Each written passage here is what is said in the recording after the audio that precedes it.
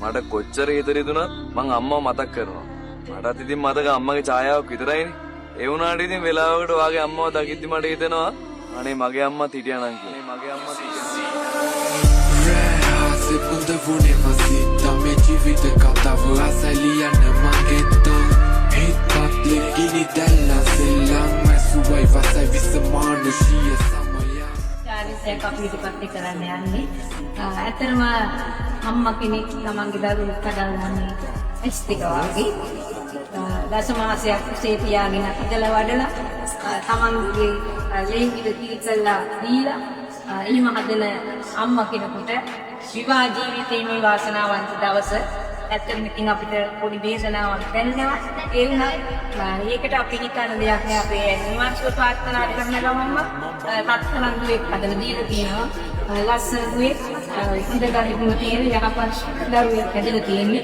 ඒ වෙනුවෙන් අපි මේ වෙලාවේදී අපි මෙයා සිහිපත් කරන ගමන් මේ චාරිත්‍රය අපි ඉෂ්ට සිද්ධ කරමු මේක ඔක්කොම තියේ ඔබගේ පින්මහිමයෙන් මට ලෝකෙ දැක ගන්න දුන්නා දෙනෙතේ ඔබේ සැලෙන ඇහි පිල්ලමේ හැම වාරයක්ම ඔබ මාව සිතුවා අම්මා අම්මා අම්මා අම්මා මම මදි ඔබට ආදරේ කෙරුවා මම මදි ඔබට ආදරේ කෙරුවා රැයක් නිතානිති නැති රෑ දස දහසක් කිව්වා අද දවසේ පුතාට වාර වෙන්න යන්නේ.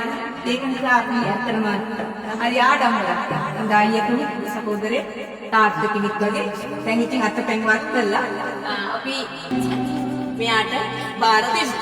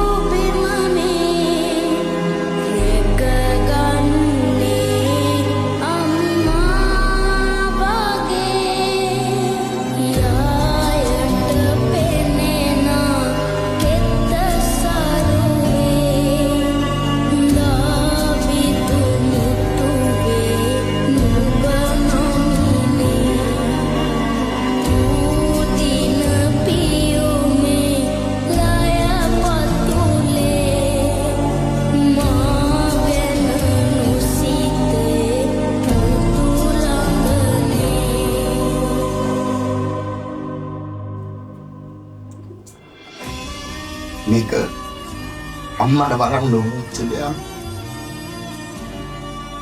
ඒක උලන් පරි අපි කෙරුවා කියලා මම හිතනවා.